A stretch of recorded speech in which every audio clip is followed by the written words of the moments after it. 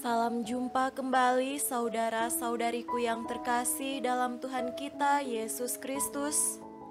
Salam sejahtera untuk kita semua. Berkat Allah yang Maha Kuasa senantiasa menyertai kita. Marilah kita mendengarkan dan merenungkan bacaan-bacaan kitab suci hari Sabtu tanggal 21 Mei tahun 2022. Bacaan pertama dari Kisah Para Rasul pasal 16 ayat 1 sampai 10. Paulus datang juga ke Derbe dan ke Listra. Di situ ada seorang murid bernama Timotius. Ibunya adalah seorang Yahudi dan telah menjadi percaya, sedangkan ayahnya seorang Yunani. Timotius ini dikenal baik oleh saudara-saudara di Listra dan di Ikonium, dan Paulus mau supaya dia menyertainya dalam perjalanan. Paulus menyuruh menyunatkan dia karena orang-orang Yahudi di daerah itu, sebab setiap orang tahu bahwa bapaknya adalah orang Yunani. Dalam perjalanan keliling dari kota ke kota, Paulus dan Silas menyampaikan keputusan-keputusan yang diambil para rasul dan para penatua di Yerusalem dengan pesan supaya jemaat-jemaat menurutinya.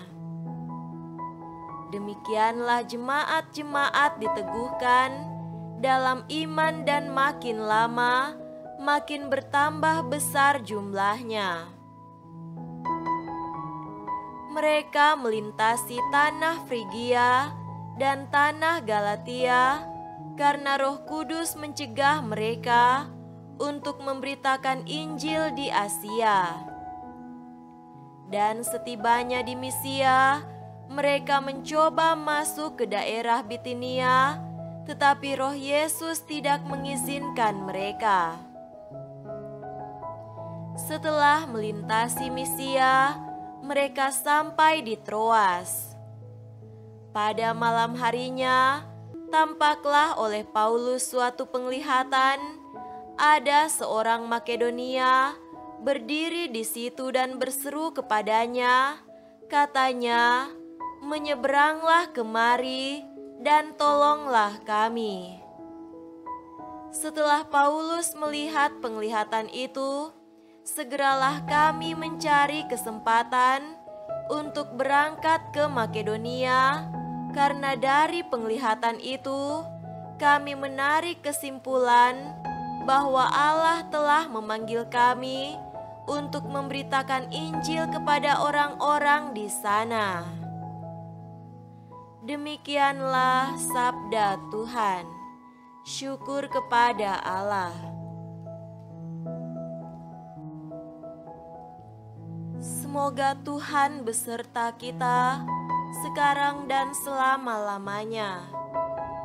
Inilah Injil suci menurut Yohanes. Dimuliakanlah Tuhan. Injil Yohanes pasal 15 ayat 18 sampai 21. Jikalau dunia membenci kamu, ingatlah bahwa ia telah lebih dahulu membenci aku daripada kamu. Sekiranya kamu dari dunia, tentulah dunia mengasihi kamu sebagai miliknya. Tetapi karena kamu bukan dari dunia, melainkan aku telah memilih kamu dari dunia, sebab itulah dunia membenci kamu. Ingatlah apa yang telah kukatakan kepadamu, seorang hamba tidaklah lebih tinggi daripada tuannya. Jikalau mereka telah menganiaya aku, mereka juga akan menganiaya kamu. Jikalau mereka telah menuruti firman-Ku, mereka juga akan menuruti perkataan-Mu. Tetapi semuanya itu akan mereka lakukan terhadap kamu karena nama-Ku, sebab mereka tidak mengenal Dia yang telah mengutus Aku. Demikianlah sabda Tuhan. Terpujilah Kristus. Saudara-saudariku yang terkasih dalam Tuhan kita Yesus Kristus, tema renungan kita pada hari ini adalah bukan milik dunia lagi.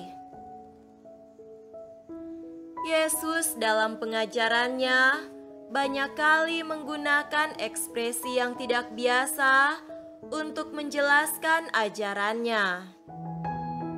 Tapi begitulah cara Yesus menyampaikan ajarannya kepada murid-muridnya dan menjelaskan apa yang ada dalam pikirannya agar para murid memiliki perspektif atau pemahaman mendalam tentang ajarannya. Pada perikop Yohanes 15 ayat 18 sampai 21, kita bisa menemukan salah satu ekspresinya yang tidak biasa ini. Yesus berkata, "Jikalau dunia membenci kamu, ingatlah bahwa ia telah lebih dahulu membenci Aku daripada kamu." Mengapa Yesus mengatakan Mengapa Yesus mengatakan bahwa dunia membenci murid-muridnya? Karena para murid bukan lagi milik dunia. Alasannya karena mereka telah ditarik oleh pilihan untuk mengikuti Yesus. Itulah sebabnya mereka mengikuti nilai yang berbeda dari nilai dunia.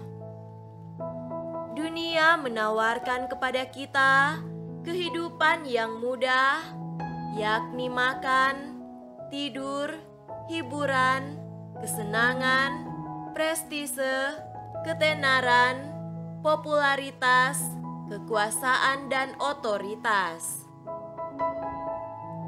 Orang-orang duniawi sangat menyukai ini karena semuanya itu dari segi kebutuhan duniawi tentu sangatlah menarik dan menyenangkan. Tetapi Yesus menawarkan kepada kita hal yang sangat berbeda, yaitu cinta kasih, kerendahan hati, pemberian diri, dan pengorbanan diri. Semua ini tidak sesuai dengan apa yang ditawarkan dunia kepada kita. Karena itu, dunia membenci Yesus, dan karenanya dunia membenci kita juga, karena kita mempraktekkan apa yang diajarkan Yesus kepada kita. Namun kita tetap perlu menghargai nilai keselamatan dari setiap ajaran Yesus. Semakin kita terbuka pada ajarannya, semakin kita menjadi milik Yesus.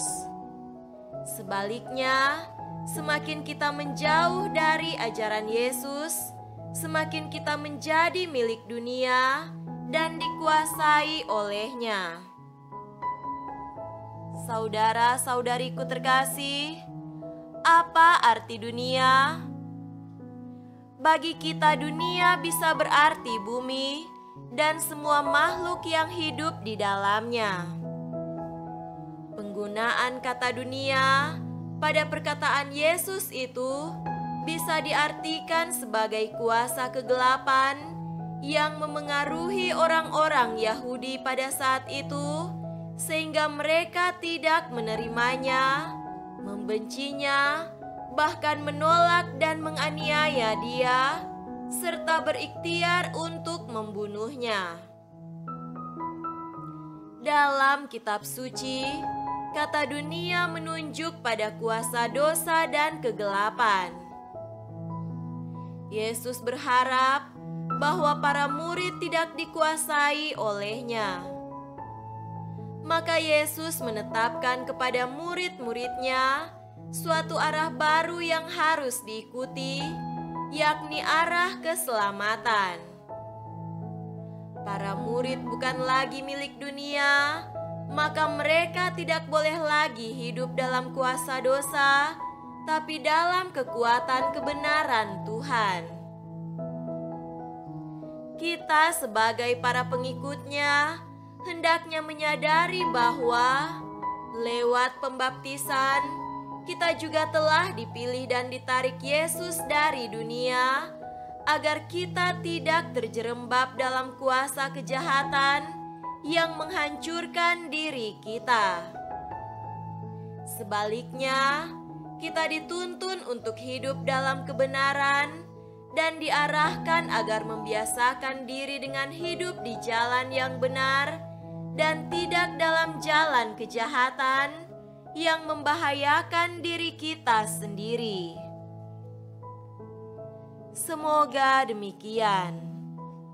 Amin.